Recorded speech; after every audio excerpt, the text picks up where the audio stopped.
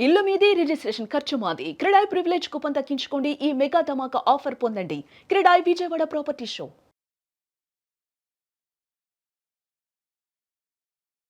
నమస్కారం సార్.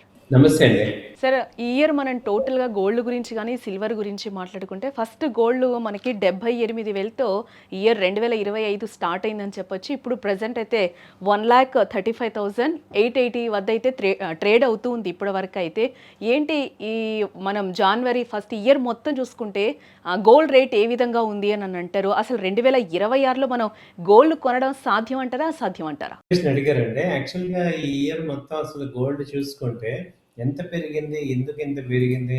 ఎప్పుడు లేనిది ఇంత డ్రాస్టిక్‌గా ఎలా ఉంది ఏంటని చూసుకుంటే, మనం అనుకున్నట్టు ఇది ఫస్ట్ 80,000 దగ్గర ఉంది ఇయర్ జనవరి ఆ టైంలో 75, 80,000 దగ్గర ఉంది. అక్కడి నుంచి వాళ్ళ 135 ఆ రేంజ్‌కి వచ్చింది.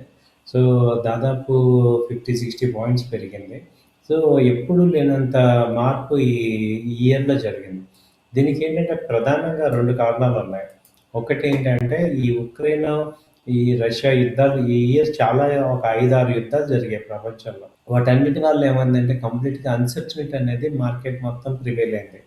ఆ అన్‌సర్టెనిటీ వల్ల గోల్డ్ ఏమవుతుందంటే విపరీతంగా పెరగడానికి డిమాండ్ వచ్చింది.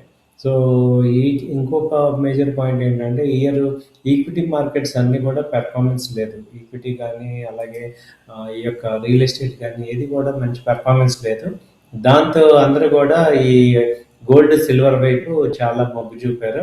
అలాగే మనం జనరల్‌గా ఏంటంటే వరల్డ్‌లో మనమే ఎక్కువ గోల్డ్ కొంటాం ఇండియన్ పీపులే. ఇప్పుడు దాంతో పాటు ఏమైందంటే ఇండియాతో పాటు ఈ చైనీస్ బ్రిక్ కంట్రీస్ అన్నీ కూడా గోల్డ్ కొంటున్నాయి. సో, సెంట్రల్ బ్యాంక్స్ అన్నీ కూడా గోల్డ్ కొనడం వల్ల సడెన్‌గా గోల్డ్‌కి డిమాండ్ వచ్చింది. ఇప్పుడు ఈ ఇయర్ ఎందుకు కొంటున్నారు? ఎప్పటినుంచో కొనాల్సిన గోల్డ్ ఈ ఇయర్ ఎందుకు కొంటున్నారు అంటే మేజర్‌గా యూఎస్, అమెరికా విధానాల వల్ల అందరికీ కూడా వరల్డ్ మొత్తం కూడా ఒక ఫియర్ అనేది క్రియేట్ అయింది.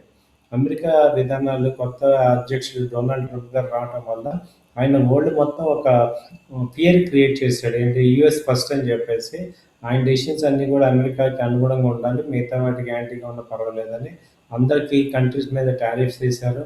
అలాగే దానివల్ల ఏమైందంటే వాళ్ళు సెల్ఫ్ డిగ్ తీసుకున్నాడు ఆయన.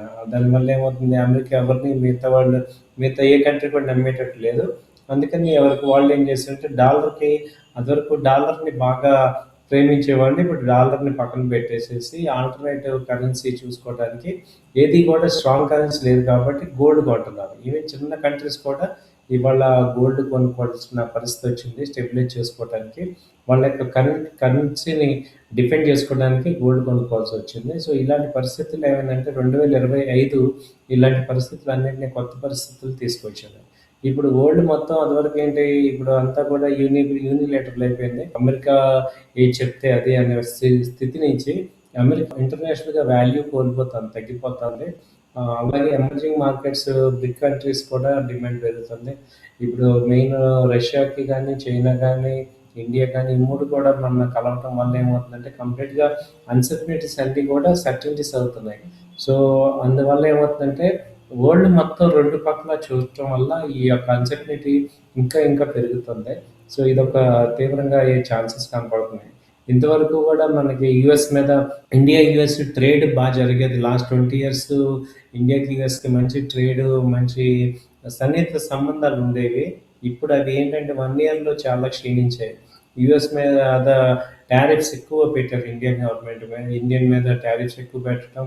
వీటన్నిటి రీజన్స్ చూస్తే గోల్డ్ అనేది ఇక సేఫ్ అసెట్ అనేది అర్థమవుతుంది. ఇప్పుడు ఇండియా టారిఫ్ లేకపోవటం వల్ల ఇండియా అంతా కూడా అన్‌సర్టెనిటీగా ఉంది. ఏ కంపెనీస్ కూడా పెర్ఫార్మెన్స్ లేకపోవటం, దానివల్ల స్టాక్ మార్కెట్ తగ్గటం, ఇవన్నీ కూడా కంప్లీట్‌గా ఏమైందంటే 1కి 2 యాడ్ అయ్యి ఈ మార్కెట్స్ ఈక్విటీ మార్కెట్స్ డౌన్ అవ్వటం, ఇవన్నీ కూడా యాడ్ అవ్వటం వల్ల గోల్డ్ మీద ఎక్కువ పెట్టుబడులు పెట్టడం జరిగింది. దానివల్ల అది కంటిన్యూగా పెరుగుతుంది. సో, ఈ లాస్ట్ 3 డేస్ నుంచే కొంచెం డిప్ వచ్చింది. ఈ మధ్య డిప్ తగ్గినా గానీ మళ్ళీ ఎమ్మటే కూడా పెరుగుతుంది. Right sir. Thank you so much. Thank you.